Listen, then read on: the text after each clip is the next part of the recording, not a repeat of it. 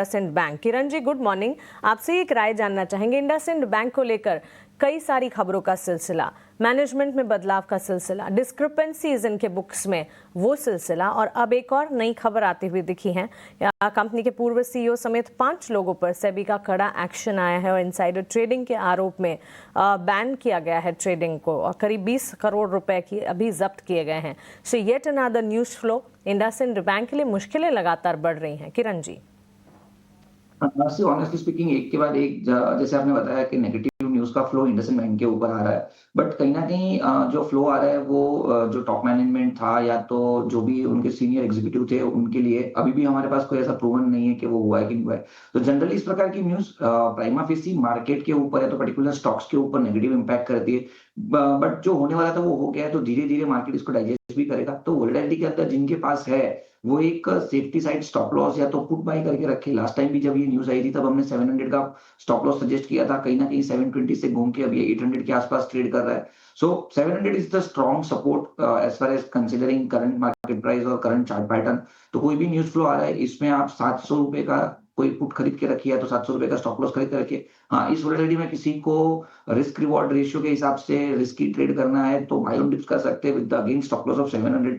अगर मार्केट 700 को ब्रीच करता है तो कंटिन्यू नीचे जाएगा।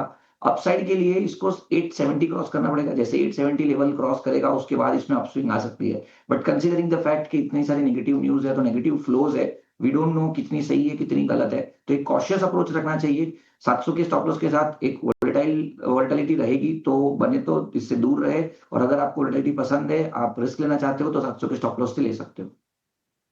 एब्सोल्युटली।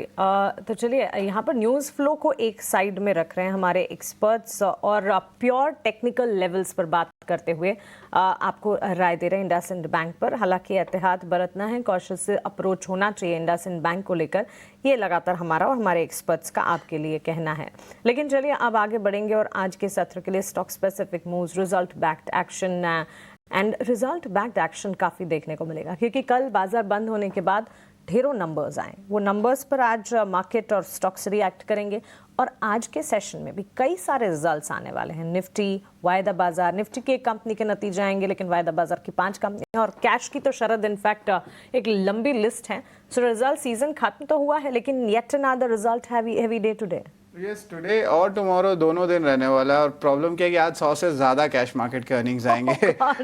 तो ऑफ कोर्स हम बिजी तो रहने वाले अगले 2 दिन, लेकिन देखिए मानसी स्क्रीन पे देखिए भर गया है स्टॉक्स या, लेकिन इंटरेस्टिंगली देखिए अच्छे और मिले जुले अनुमान के मुताबिक वाले नंबर्स ज़्यादा है।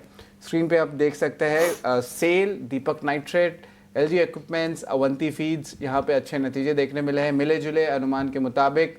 Natco pharma, Heidelberg cement, TVS supply chain, HOAC, और कमज़ोर में देखें तो मिश्र धातु, बाटा, कमिंस इंडिया, पॉलीप्लेक्स और बिरला सॉफ्ट भी है, तो इस पे भी नज़र रखिएगा। ऑफ कोर्स इस सारी स्क्रीनशॉट जो है ज़रूर ले लें और अपने फ्रेंड्स के साथ शेयर करें। चौथे तिमाही के पूरे नतीजे का लेखा जोखा जो है आपको जो है 10 सेकंड में देखने मिल जाएगा। लेकिन डिस्कस भी कर लेते हैं कौन से स्टैंड आउट अर्निंग्स रहे हैं, क्या इम्पैक्ट हुआ है।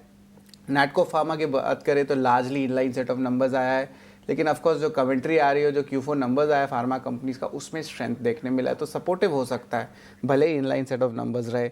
हेडलबर्ग सीमेंट की बात करें तो यहाँ पे सीमेंट कंपनीज की ऑफकोर्स प्राइसिंग पावर में भी थोड़ी इशू आ रही है, ओवरऑल अर्निंग्स भी सबके वीक रहे हैं, और अब मानसून भी आ चुका है, तो थोड़े सीमेंट्स में ऑफकोर्स देखें तो ओवर द पैक में जो है शॉर्ट्स जो है डेवलप हो रहे हैं, ये हम 2 से 3 सेशंस में नोटिस कर रहे थे। अवंती फीड्स, शानदार नतीजे आए हैं ऑल अक्रॉस सेगमेंट्स, और 2 से 3 महीने में मैं एक्सपोर्ट जो है यूएस का ट्रेड देख रहा था, तो यहाँ पे श्रिम्प एक्सपोर्ट्स में भी अच्छी मोमेंटम देखने मिल रही है, और कंपनी सबसे बड़ा प्लेयर है लिस्टेड प्लेयर्स में, तो अवंती फीड्स पे नज़र रखिएगा। दीपक नाइट्राइट, स्ट्रॉन्ग सिक्वेंशियल नंबर्स आए अक्रॉस सेगमेंट्स, और ओवरऑल खास करके जो मॉनसून थीम की बात हम कर रहे हैं इस पे जो है एक अच्छी तेज़ मोमेंटम आ सकती है। मिश्र धातु निगम, यहाँ पे जो है अनुमान से बेहतर नतीजे आए, मार्जिन्स में भी जो है अच्छी उछाल देखने मिली, जिस तरह एक कॉस्ट रिडक्शन प्रोग्राम हो रहा था।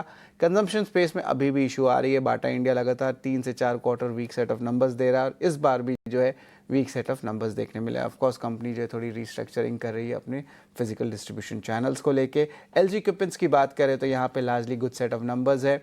इंटरेस्टिंगली कैपिटल गुड स्पेस में जो है आज अच्छी आईआईपी डेटा आई, तो उस सेगमेंट में जो आईपी डेटा का जो सेगमेंट अच्छा परफॉर्मेंस था, वहाँ पे कैपिटल गुड्स और मैन्युफैक्चरिंग पे भी जो है फंडामेंटली एक अच्छी मोमेंटम आई थी। तो एलजी इक्विपमेंट्स को नज़र रखिएगा ज़रूर।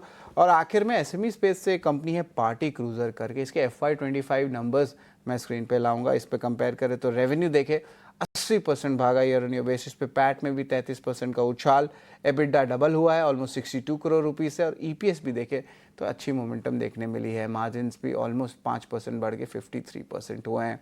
तो शानदार नतीजे जो है आपको small cap mid cap space में देखने मिले। पर एक बार रिवाइज कर लेते हैं, चौथे तिमाही का जो अर्निंग्स का बोर्ड है वो आपके सामने है। 48 अर्निंग्स भी निफ्टी के हो गए हैं, और आज बजाज ऑटो का